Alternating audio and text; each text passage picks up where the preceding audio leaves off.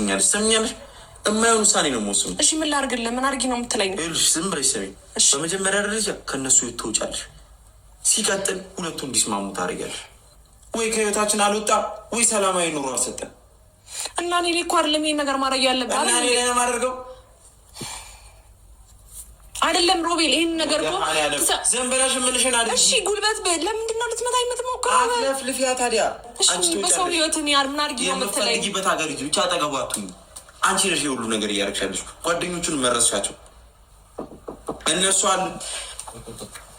እሺ እሺ እሺ እሺ እሺ እሺ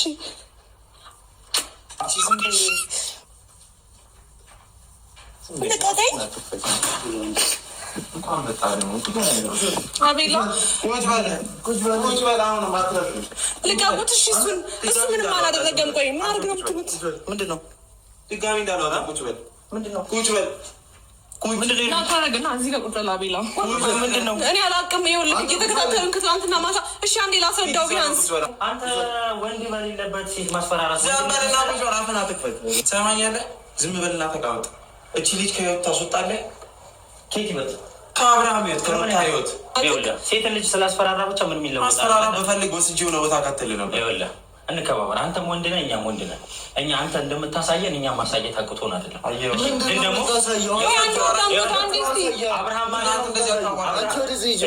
አብርሃም ማለት የሩታ ባል ነው። እሺ ተለማመጡ አንዴ እስኪ እንከባበር። ይኸውልህ የልጅ አባት ነው በእነሱ በኩል። አንተ ቆይ አንዴ አዳምጡት እስቲ፣ አንዴ አዳምጡት። ወይኔ ጉዴ ፈላበት። አቡሽ ተረጋጋ እስኪ አንዴ።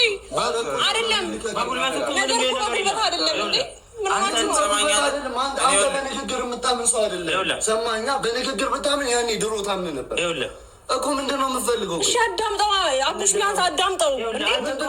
ነገሮች በንግግር እንደተማረ ሰው ነው። ኧረ በእግዚአብሔር ረፍ። ሰማኛለህ?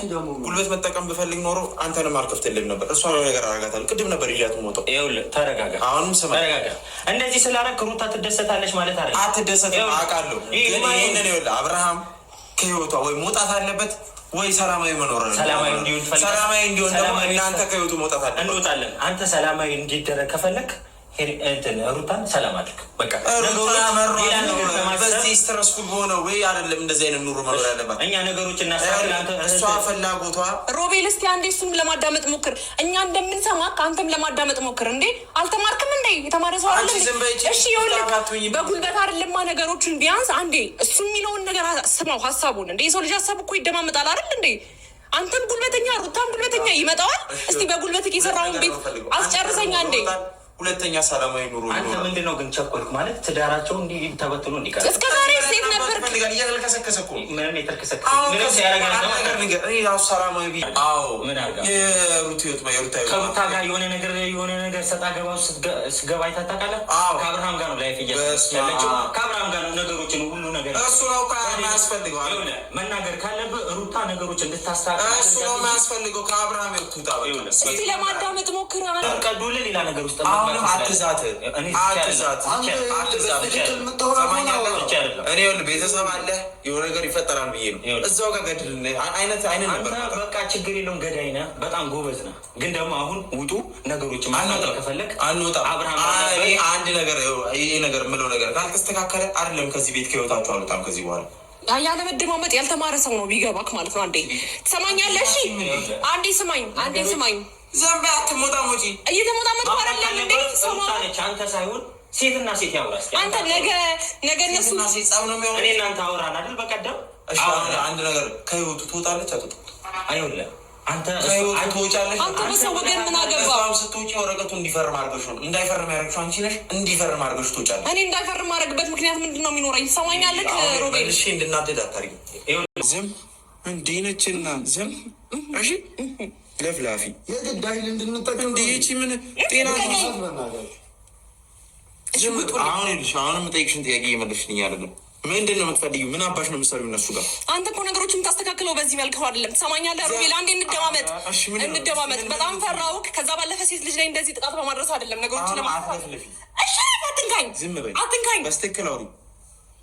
አንተ ከሷም ስለነጀት ይቆጭሃል፣ ሮቤል ይቆጭሃል፣ ይቆጭሃል። ሁለታችሁንም እኔ ማድረግ በምችለው መልኩ እኔ ባላደርግ አንተን ጥዬ ወረውርሻለሁ ከፈለግሽ ካለሽበት ሴት ልጅ ላይ ነው ከወንድ ጋር ነው እኮ መጋጠም ያለብህ። በቃ ይበቃሃል፣ እረፍ።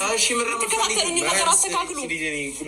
እጄ ልቀቀኝ፣ እጄ ልቀቀኝ። ያማህን እንዲ አላበዛችሁትም? አንቺ ዝም በይ እንዴ! መልስ አትመልሽም። የምጠይቅሽን ጥያቄ ብቻ መልሽልኝ። እሺ ምን አድርጊ ነው የምትለኝ? ምን አድርጎ ነው የምትሉኝ? አስፈራርታችሁ ነው ነገሮችን ለማስተካከል የምትሞክሩት? እልህ እያስያዛችሁ ነው እናንተን። እልህ እያስያዛችሁ ነው። አቡ ሽረፍ እኮ ለምንድን ነው ከህይወታችሁ የማትወጪው? እኔ ከህይወት መውጣት አይደለም ጥቅሙ፣ ይገባሃል? ወደኋላ መለስ ብላችሁ ነገሮችን ለማሰብ ሞክሩ። ከሩታ ምንድን ነው የምትፈልጊው? ለባለፈው ዝም አልኩ። ጭራሽ ባለትዳሩ ነው ፍቅር ምናምን ትያለሽ። አንቺ እንደ አንቺ ገጠገበ የለም። እንደዛ አይደለም። ሴት ልጅ ደግሞ እንደዚህ አይደለም።